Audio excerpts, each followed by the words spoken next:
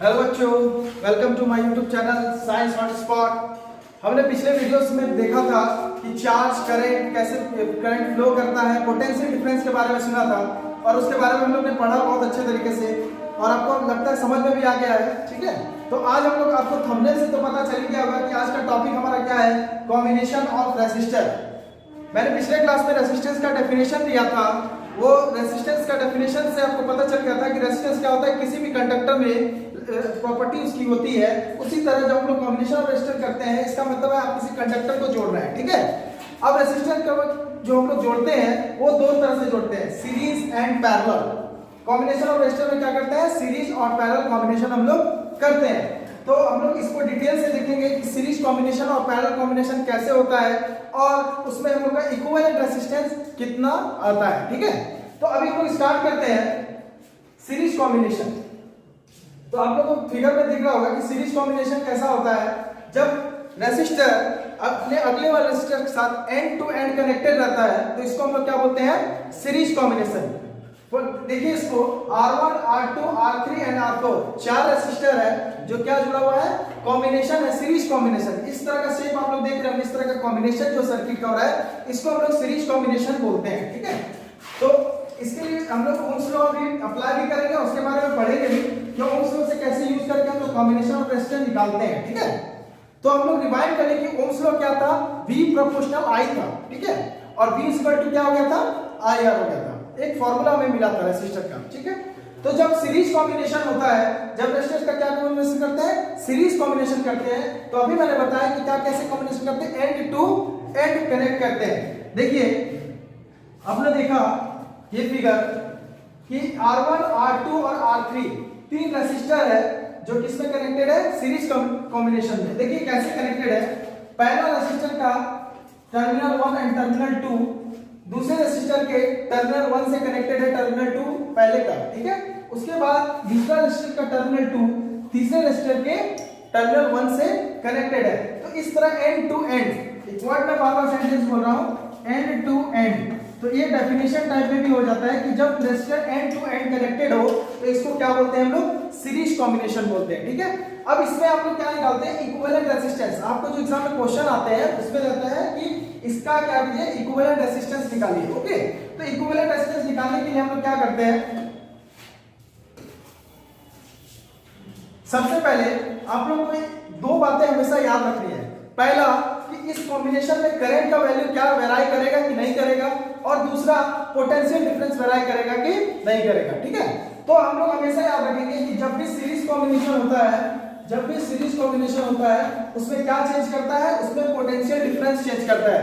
Current का value सब resistor में सेम रहता है, यानी कहने का मतलब है अगर इस सर्किट से मैं I करंट फ्लो करा रहा हूं तो वो R1, R2 और R3 तीनों रेसिस्टर से I करंट ही फ्लो होगा। और लेकिन अगर मैंने पोटेंशियल डिफरेंस माने मैंने V वोल्ट का कुछ पोटेंशियल डिफरेंस दिया है, इन दोनों के बीच का कोई डिफरेंस है, पोटेंशियल डिफरेंस, कोई बैटरी का पोटेंशियल डिफरेंस है V, तो इन तीनों रेसिस्टर के लिए V का वैल्यू अलग अलग हो जाएगा। इसका वैल्यू हो जाएगा V1, इसमें हो जाएगा V2 और V3। हमने एज्यूम कर लिया कि तीनों में लगभग ये वैल्यू है। ठीक है, अब हम लोग देखते हैं कि ये जो V का वैल्यू है, ये जो V है मेरा, वो इन तीनों के क्या होगा, सम के इक्वल होगा, क्योंकि यही V जो हुआ है इन तीनों में डिवाइडेड हुआ है V3। ओके, ये तीनों V मिलके क्या करेगा, टोटल पोटेंशियल डिफरेंस बैटरी का बनाएगा। उसके बाद अगर हम लोग ओम्स लॉ से देखें कि ओम्स लॉ में हम लोग क्या जानते हैं कि V इज इक्वल टू क्या होता है, IR होता है। ये फॉर्मूला आपने देखा है कि ओम्स लॉ से हम लोग प्रूव किया था V is equal to IR। Okay, तो V is equal to IR में अगर हम लोग यहाँ पुट करना चाहें तो देखिए R1 रेसिस्टर से का I करंट फ्लो हो रहा है और पोटेंशियल डिफरेंस क्या है इसका, V1। तो इसीलिए जब हम अप्लाई करेंगे R1 सर्किट के लिए, सिर्फ R1 रेसिस्टर के लिए, तो इसका जो पोटेंशियल डिफरेंस हो जाएगा क्या हो जाएगा, V1 is equal to IR1। इसी तरह जब R2 रेसिस्टर के लिए हम लोग लिखेंगे ओम्स लॉ, तो इसके लिए ओम्स लॉ के फॉर्मूला जो हम लोग डिराइव करेंगे तो R2 रेसिस्टर के लिए क्या आ जाएगा, V2 is equal to IR2। Okay, इसी तरह R3 रेसिस्टर के लिए लिखेंगे तो क्या लिखेंगे, V3 is equal to IR3। आपने देखा कि तीनों रेसिस्टर में V वेराई कर रहा था, V चेंज हो रहा था, तो इसीलिए मैंने ओम्स लॉ लगा करके तीनों रेसिस्टर से V का वैल्यू निकाल दिया in the terms of I and R1। Okay, अब इन तीनों वैल्यू को हम लोग इक्वेशन 1 में पुट करते हैं। जब इक्वेशन 1 में इसको पुट करेंगे, जब इक्वेशन 1 में इसको पुट करते हैं तो मैं देखता हूं क्या आता है।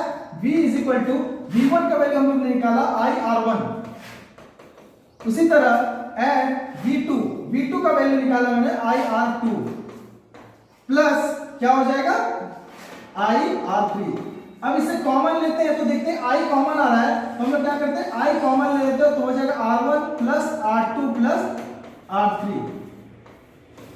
तो ये तीनों यहां से I कॉमन ले लिए तो ये तीनों रेसिस्टर के यहां सम बच जाता है। ठीक है, अब देखो यहां पे क्या करना है, इतना तो सबको समझ में आ गया होगा कि मैंने क्या किया है कि मैंने तीनों रेसिस्टर का अलग अलग ओम्स लॉ से फार्मूला निकाल लिया कि ये फार्मूला होगा क्योंकि V वेरी कर रहा था, इसलिए हम लोग in the terms of V में IR को चेंज कर देंगे। ठीक है, V की जगह क्या लगा देंगे IR को।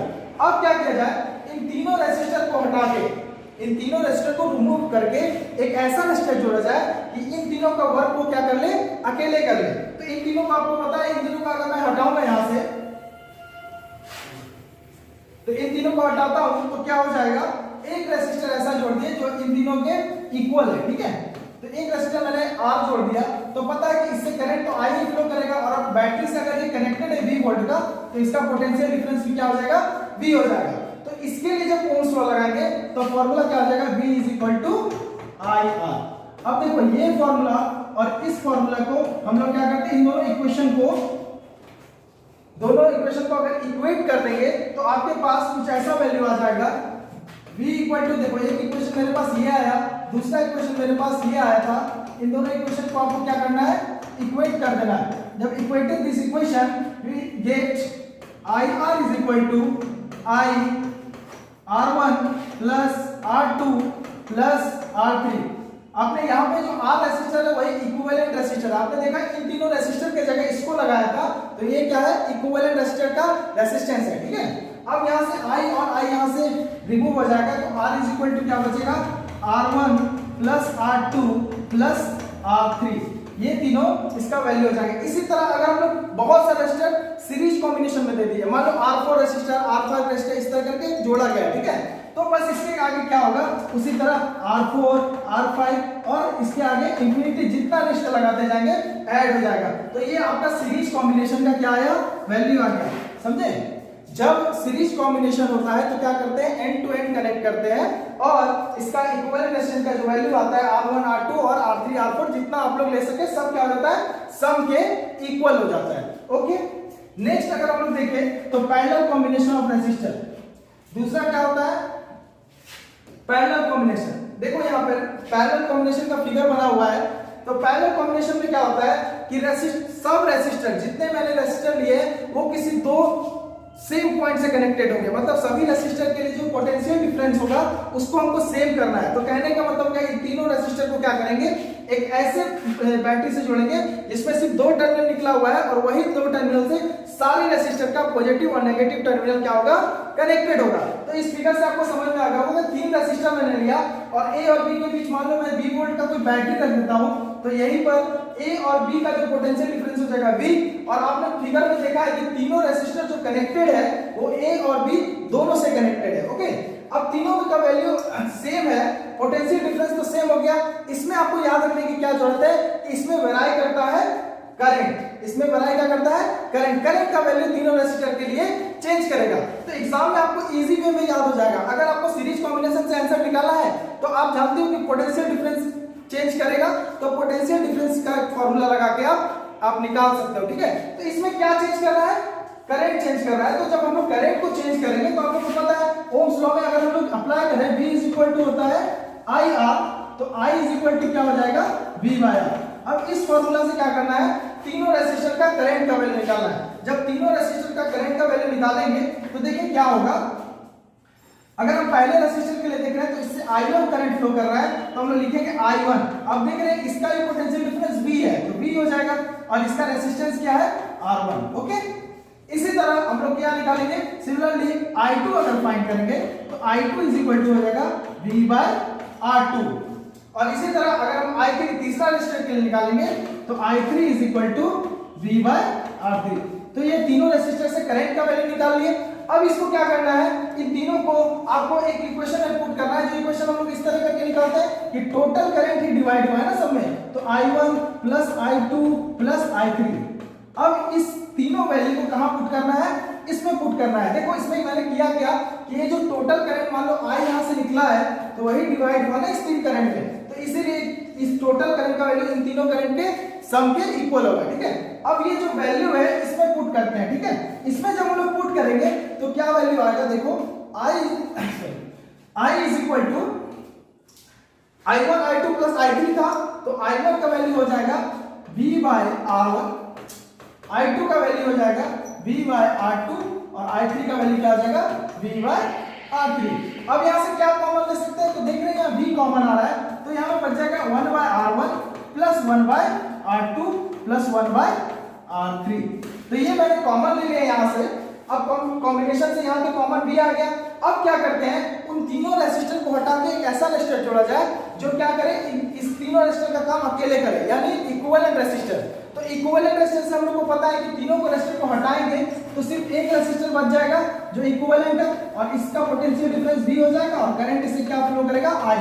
तो अगर इससे हम लोग फार्मूला लगा दें तो V इज इक्वल टू होता है IR, तो I इज इक्वल टू आ जाएगा V बाय R। अब इस इक्वेशन को और इस इक्वेशन को क्या करना है, आपको इक्वेट कर देना है। तो यहाँ भी हम लोग I फाइंड किए थे ये वैल्यू, और यहाँ भी I निकला V बाय R। अब दोनों को इक्वल कर दो तो क्या हो जाएगा, V by R is equal to V 1 by R1 plus 1 by R2 plus 1 by R3। आपकी ये वैल्यू आ जाएगी। अब इस वैल्यू को क्या करना है, देखो यहाँ पे V कैंसिल हो जाएगा, तो यहाँ पर आप देख रहे हो कि क्या बच रहा है आपका, यहाँ पे आपको बच रहा है 1 by R is equal to 1 by R1 plus 1 by R2 plus 1 by R3। इसी तरह अगर और भी हम रेसिस्टर ऐड कर देते जाए इसमें पैरेलल कॉम्बिनेशन में, तो आपका आंसर क्या होगा, 1 by R1 1 by R2 1 by R3 plus 1 by R4, और ये सोन चलता चल जाएगा।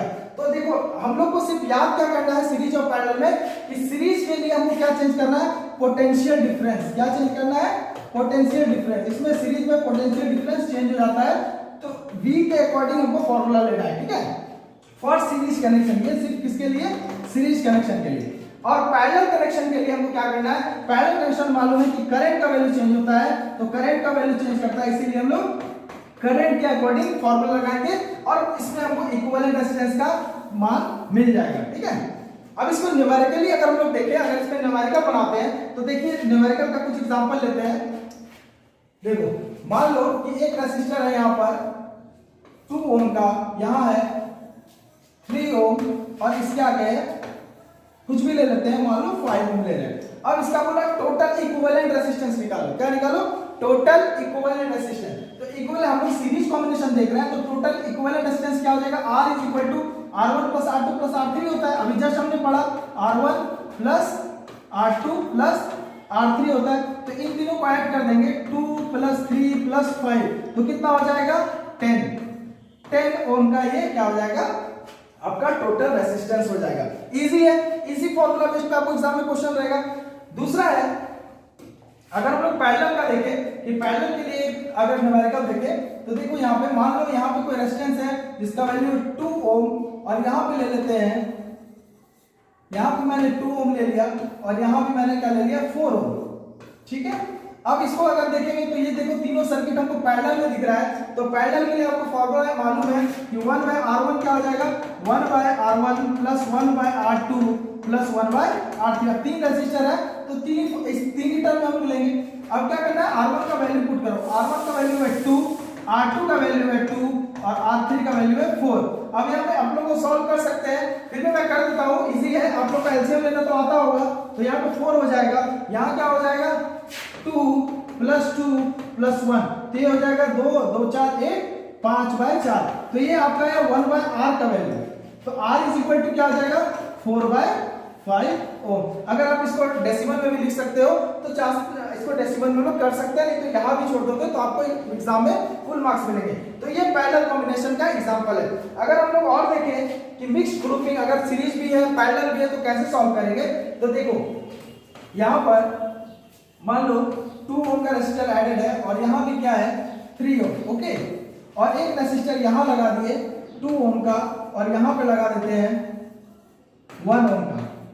और पूछता है यहाँ पे क्वेश्चन कि इक्विवेलेंट रेजिस्टेंस बताओ बिटवीन ए एंड बी। तो यहाँ इसको कैसे सॉल्व करना है, तो यहाँ दिख रहा होगा ये पूरा सीरीज में चलते जा रहा है, बस इस जगह पर पैरेलल कॉम्बिनेशन आ गया है। तो जब हमें इसको पहले सॉल्व करना होगा उसके बाद सीरीज में, ठीक है। तो इन दोनों, ये दोनों पैरेलल में, तो इन दोनों का आंसर अगर हम निकालेंगे तो 1/2 प्लस 1/1, तो यहाँ पे हो जाएगा 2, तो 1 प्लस 2 यानी ये आ जाएगा 3/2। तो ये आपका 1/r का वैल्यू आया। तो जब इसको रिवर्स कर देंगे तो क्या हो जाएगा 2/3 हो।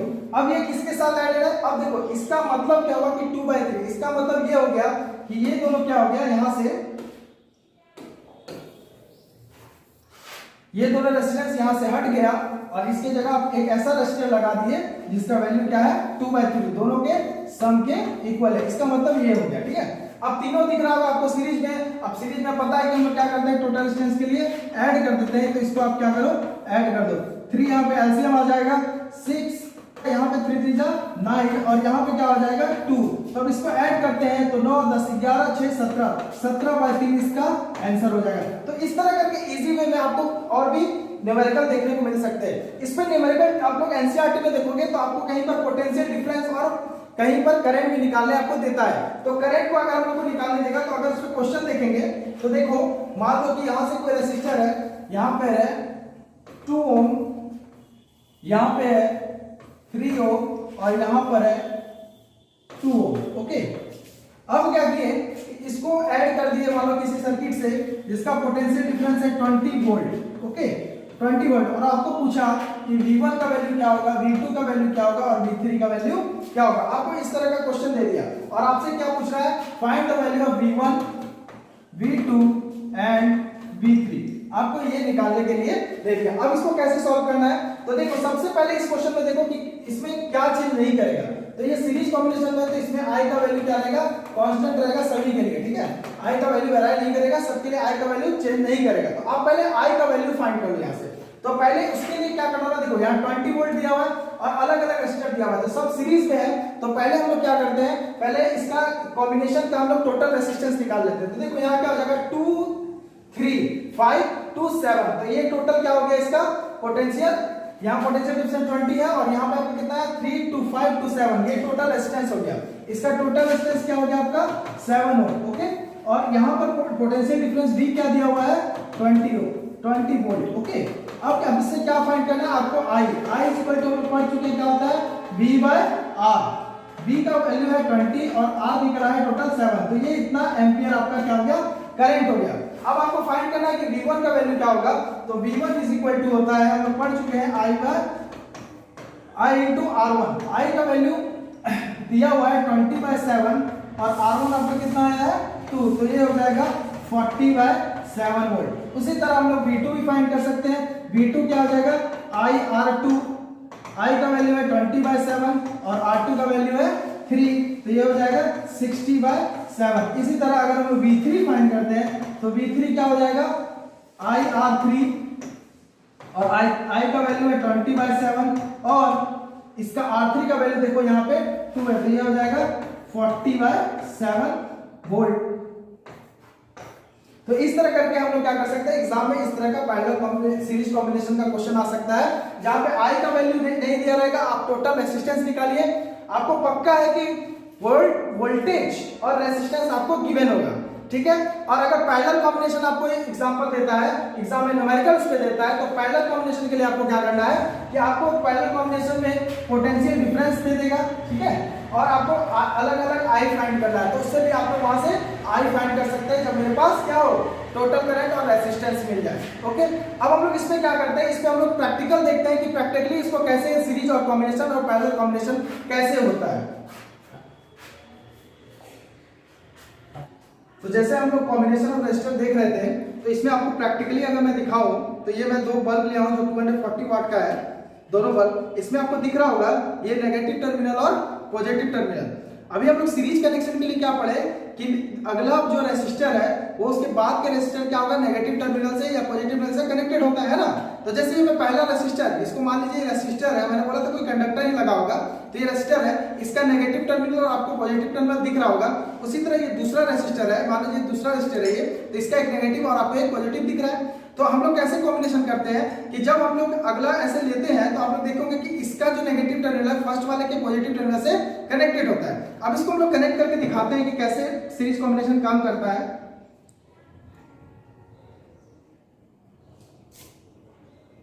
देखिए हम लोग ने नेगेटिव टर्मिनल और एक रेजिस्टर का पॉजिटिव टर्मिनल जोड़ दिया है। अब देखिए यहाँ पे आपको दिख रहा होगा नेगेटिव टर्मिनल और पॉजिटिव टर्मिनल कनेक्ट हो चुका है और ये बैटरी के पॉजिटिव टर्मिनल से कनेक्ट होगा और ये बैटरी के नेगेटिव टर्मिनल से कनेक्ट होगा। अब इसको देखते हैं कि ये कैसा ग्लो करता है। तो ये मैंने देखो बैटरी का लिया है, ये पॉजिटिव टर्मिनल और ये नेगेटिव टर्मिनल, ठीक है। अब इसको क्या करना है, आपको कनेक्ट करना है। तो यहाँ पर देखिए प्रैक्टिकल, यहाँ पे देखिए कितना कम ग्लो कर रहा है। इसका मतलब हम लोग को क्या पता चल रहा है इससे कि इन दोनों से करंट का जो वैल्यू है, जो तुम्हारा करंट तो सेम फ्लो कर रहा है लेकिन पोटेंशियल ना मिलने के कारण ये दोनों बल्ब क्या हो रहा है, सब कम ग्लो कर रहा है ना। फिर से एक बार मैं आपको दिखा देता हूँ कि कैसे ये काम करता है। तो देखो बैटरी का नेगेटिव टर्मिनल और पॉजिटिव टर्मिनल ले लिया और इसको ऐड कर दिया, तो ये है आपका सीरीज कॉम्बिनेशन। तो यहाँ तक आपको क्लियर हो गया होगा कि सीरीज कॉम्बिनेशन। अब हम लोग देखते हैं कि पैरेलल कॉम्बिनेशन कैसे करते हैं। देखो इसी तरह हम लोग दो बल्ब से दिखा चुके हैं कि सीरीज कॉम्बिनेशन कैसे किया जाता है। बाद में और भी अगर हम लोग बल्ब लगाते जाएंगे तो इसी तरह सीरीज कॉम्बिनेशन होते चलेगा। घर में जैसे आपका एलईडी हो गया, एलईडी बल्ब जो यूज होता है उसमें क्या होता है, सीरीज कॉम्बिनेशन होता है। जो हम लोग आप लोग पहले जो टॉर्च यूज करते थे, आप तो मोबाइल टॉर्च यूज करने लगा है सब, लेकिन पहले जो टॉर्च यूज करते थे उसमें आप लोग सेल डालते थे, तो एक के पीछे एक जो सेल डालते थे वो भी क्या रहता है, सीरीज कॉम्बिनेशन। अब हम लोग देखते हैं पैरेलल कॉम्बिनेशन कैसे करते हैं। तो हमने सीखा कि पैरेलल कॉम्बिनेशन के लिए क्या किया जाता है, बैटरी के सभी पॉजिटिव टर्मिनल को एक पॉइंट से और बैटरी के नेगेटिव टर्मिनल से सभी रेजिस्टर के एक पॉइंट को ऐड किया जाता है। जैसे यहाँ देखो मैंने नेगेटिव टर्मिनल लिया है, इन दोनों बल्ब के नेगेटिव टर्मिनल को हम लोग क्या कर देंगे, कनेक्ट कर देंगे और इन दोनों के पॉजिटिव टर्मिनल को भी हम लोग कनेक्ट कर देंगे। इससे क्या होगा, ये जो कॉम्बिनेशन आपका बन गया ये पैरेलल कॉम्बिनेशन बन गया। अब इसको ग्लो करा के हम लोग देखते हैं कि कैसा हम लोग को पोटेंशियल मिलता है। जैसे हम लोगों ने अभी पढ़ा कि पोटेंशियल क्या होता है, ज्यादा मिलता है, दोनों पोटेंशियल पे सेम बना रहता है ना। तो अब देखते हैं पैरेलल कॉम्बिनेशन के लिए क्या होता है। तो देखिए नेगेटिव टर्मिनल मिल गया बैटरी का और ये पॉजिटिव टर्मिनल। जनरली मैं बैटरी यूज नहीं कर रहा हूं, तो आप लोग भी जब इसको प्रैक्टिकल कीजिए तो पेरेंट्स के देखरेख में सेफली कीजिएगा, क्योंकि यहाँ पर जो होता है एसी करंट आप लोग जनरली घर में यूज करते हैं, ठीक है। तो एसी करंट में ले रहा हूँ, ठीक है। तो यहाँ पर क्या है, नेगेटिव टर्मिनल में यहाँ पे कनेक्ट कर देता हूँ और पॉजिटिव टर्मिनल, तो बल्ब के ग्लो को आप देख रहे हैं कि बढ़ गया है ना। तो इससे क्या पता चल रहा है कि यहाँ पर दोनों को पोटेंशियल सेम मिल रहा है ना। फिर से देखिए जो सीरीज कॉम्बिनेशन था उसमें बल्ब का ग्लो कितना कम था और इसमें देखिए पैरेलल कॉम्बिनेशन में बल्ब का ग्लो बहुत बढ़ गया। क्यों बढ़ गया, क्योंकि इन दोनों को क्या मिला, सेम पोटेंशियल मिला है ना। अब घर में जितने भी हाउस होल्ड इलेक्ट्रिकल यूज होते हैं घर में सब पैरेलल कॉम्बिनेशन होते हैं। जैसे यहाँ पर आप स्मार्ट बोर्ड देख रहे हैं, इसके साथ अगर फैन चल रहा है तो मैं स्मार्ट बोर्ड ऑफ कर दूंगा तो फैन क्या होगा, ऑफ नहीं होगा, है ना।